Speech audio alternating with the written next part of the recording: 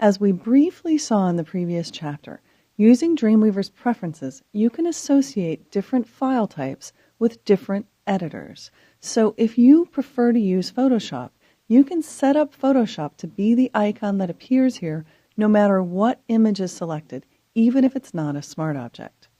You'll do that if you're on Windows by choosing Edit, Preferences. If you're on a Macintosh, you'll want to go under the Dreamweaver menu and choose Preferences. The settings you want are in the File Types Editors category. Here you'll see a series of commonly used extensions. That is, extensions that are commonly used in web design.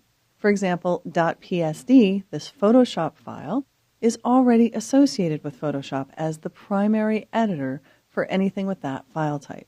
That's part of why that smart object brought up Photoshop automatically. However, the JPEG option is not set with Photoshop as the primary editor. To make an editor that's already on a list like this primary, all you have to do is select it and choose the Make Primary button.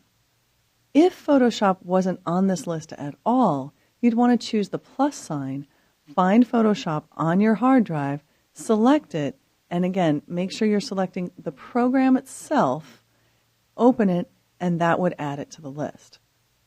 Then, once it's added, you could select it and make it primary. If you want to remove one, you can use the minus sign to remove it. And you can do this with each of the file types in this list.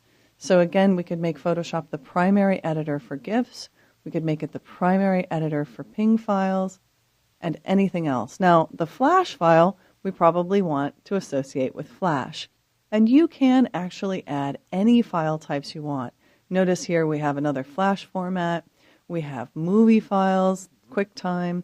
You could add QuickTime here as the editor, or you could add Adobe Premiere or whatever your video editing preference is.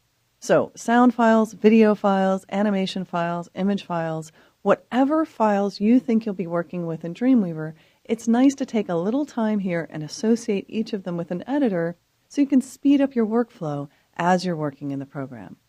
So now that we've associated JPEG with Photoshop as the primary editor, watch what happens when I click OK. I come back into Dreamweaver, I click on that image, and sure enough, the Photoshop icon is there. So if I click now on that icon, it will automatically open that image in Photoshop.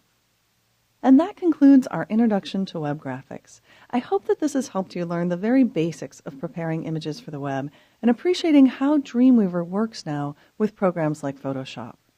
After all, no matter how great your content is, it seems like the images are always what most attracts attention on your web pages.